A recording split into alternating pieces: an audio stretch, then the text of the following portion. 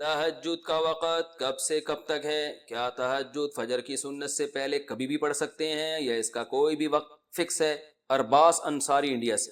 دیکھیں عشاء کے بعد تہجد کسی بھی وقت پڑھی جا سکتی ہے، لیکن سب سے زیادہ فضیلت والا وقت رات کا آخری تہائی حصہ ہے.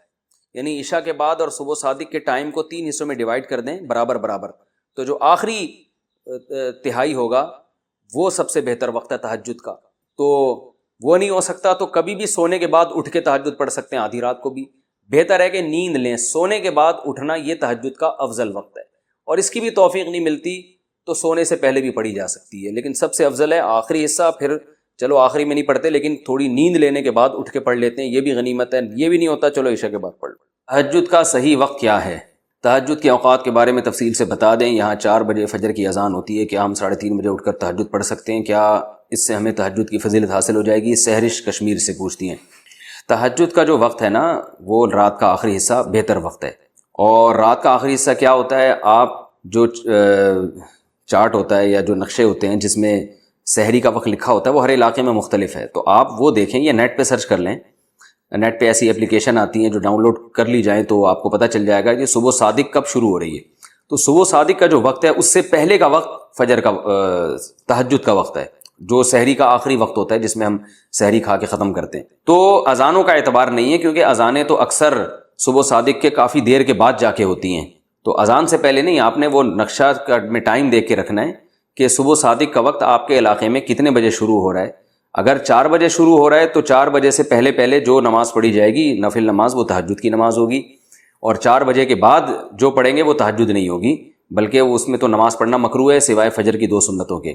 تو اس میں اگر اذان ہو بھی جائے تو وہ یعنی اگر 4 بجے سے پہلے اذان ہو گئی ہے تو اذان ہونے کے باوجود فجر کا وقت داخل نہیں ہوا، اور اگر 4 بجے کے بعد اذان ہوئی ہے تو 4 بجے آپ کے نقشے میں ٹائم لکھا ہے تو 4 بجے اذان کا وقت 4 بجے صبح صادق شروع ہو چکی ہے. تو اذان کا اعتبار نہیں ہے، وہ نقشے کا اعتبار ہے. اس میں آپ دیکھیں صبح صادق کا ٹائم کیا ہے. صبح صادق کا جیسے ہی ٹائم داخل ہوگا تہجد کا وقت ختم اور فجر کا شروع. تہجد کی نماز سنت ہے یا نفل؟ تہجد کی نماز سنت ہے یا نفل؟ صادق رفیق انڈیا سے. دیکھیں یہ سنت یا نفل یہ ٹرمز ہیں، اصطلاحات ہیں جو ایک دوسرے کے معنی میں بھی استعمال ہوتی ہیں. نفل کہتے ہیں اضافی نماز جو فرض نہ ہو، اس لحاظ سے تو تہجد نفل نماز ہے. لیکن ہر نفل پر نبی صلی اللہ علیہ وسلم نے پابندی نہیں کی ہے، اہتمام نہیں کیا ہے. تو جو وہ نوافل جن کا آپ صلی اللہ علیہ وسلم نے اہتمام کیا یا آپ ان کو پڑھا کرتے تھے تو ان کو سنت کہا جاتا ہے. تو اس لیے تہجد اس لحاظ سے نفل ہے کہ فرض واجب نہیں ہے، لیکن اس لحاظ سے سنت ہے کہ محض ایک عام نوافل کی طرح اس کی فضیلت نہیں ہے بلکہ آپ صلی اللہ علیہ وسلم کی عادت تھی، تو اس لحاظ سے یہ سنت ہے. تو بہتر لفظ اس کے لیے سنت ہی ہے، اور یہ عام سنت نہیں ہے، اس کی بے پناہ فضیلت ہے. قرآن مجید میں اللہ نے اہل جنت کی جہاں بھی صفات بیان کی ان میں تہجد کا بھی عموماً ذکر کیا ہے. جیسے قرآن مجید میں آتا ہے کہ الذین یبیتون لربہم سجدا وقیاما، ہمارے جو نیک بندے ہیں وہ راتوں کو ہمارے سامنے سجدہ اور قیام کرتے ہیں. اور سورہ سجدہ میں اللہ تعالیٰ کے ارشاد ہے تتجافی جنوبہم عن المضاجع یدعون ربہم خوفا وطمعا، کہ ہمارے نیک لوگوں کے پہلو رات کو بستروں سے جدا ہو جاتے ہیں اور اپنے رب کو پکارتے ہیں خوف اور امید سے. تو یہ ساری چیزیں ہیں. نبی صلی اللہ علیہ وسلم نے ایک صحابی کے بارے میں فرمایا کہ فلاں کتنا ہی اچھا ہے، کاش وہ تہجد پڑھ لیتا. تو اس طرح کی روایات ہیں. تو آپ صلی اللہ علیہ وسلم نے عبداللہ بن عمر کے بارے میں فرمایا، ان کو وصیت کی، ان کے بارے میں صحابی سے فرمایا کہ یہ تہجد کا اہتمام کریں تو کیا ہی خوب ہے. عبداللہ بن عمر فرماتے ہیں اس کے بعد سے میں نے کبھی تہجد نہیں چھوڑی ہے. تو ایسی بہت ساری روایات ملتی ہیں. سورہ مزمل کا پورا دوسرا رکوع ہے ہی تہجد سے متعلق.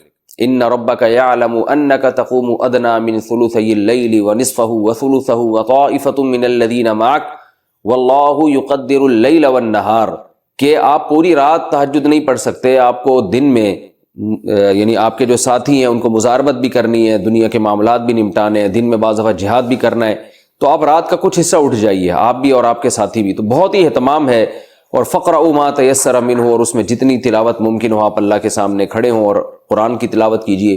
تو یہ اتنی ساری احادیث، اتنی ساری روایات سے علماء کہتے ہیں کہ بہت زیادہ محرومی کا باعث ہے یہ عمل کہ ایک آدمی تہجد نہ پڑھتا ہو.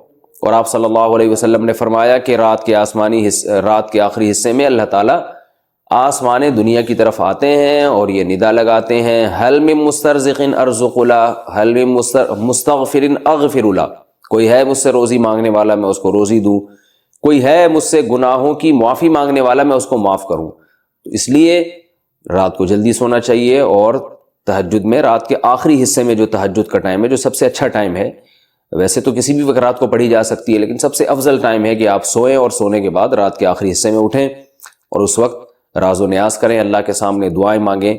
بہت زیادہ اس وقت دعائیں قبول ہوتی ہیں اور نماز کا بہت ثواب ہوتا ہے۔ ان قرآن الفجر کان مشہودا۔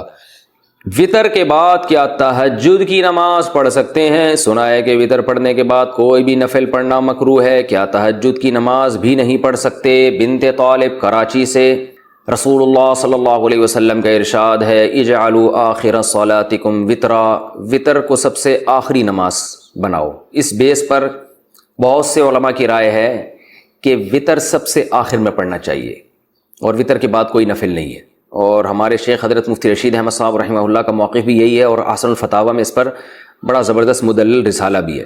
لیکن ناجائز کوئی بھی نہیں کہتا، یعنی افضل ہے کہ وطر سب سے آخر میں پڑھے جائیں، لیکن وطر اگر کسی نے پہلے پڑھ لی ہے تو اس کے بعد بھی نفل پڑھنا بھی جائز ہے اور نماز پڑھنا بھی جائز ہے، کچھ بھی پڑھ سکتے ہیں، ناجائز نہیں ہے، افضل ہے، افضل کہ سب سے آخر میں۔ ناجائز نہیں ہے کیونکہ نبی صلی اللہ علیہ وسلم سے تو ثابت ہے صحیح سند سے کہ آپ نے وطر کے بعد 2 رکعت پڑھے ہیں، تو راجح یہی ہے کہ وہ 2 رکعت بھی وطر سے پہلے پڑھ لیں آپ، لیکن کوئی پڑھ لے تو ناجائز نہیں ہے۔ خاص طور پر جس کو یہ امید نہ ہو کہ تہجد میں میری آنکھ کھلے گی، وہ اگر وطر چھوڑ کے سو جائے گا اور رات کو آنکھ نہ کھلی تو وطر قضا ہو جائیں گے، اور وطر کی نماز واجب ہے۔ آپ صلی اللہ علیہ وسلم کی صحیح حدیث ہے اس بارے میں، من لم یوتر ان اللہ زادکم صلاۃ الا وہی الوتر، اللہ نے ایک اور نماز ہمارے لیے بڑھا دی اور وہ وطر ہے۔ تو وطر کے وجوب کے بڑے مضبوط دلائل ہیں، بہت سخت تاکید ہے وطر کی، تو اس کو آپ قضا نہیں کر سکتے۔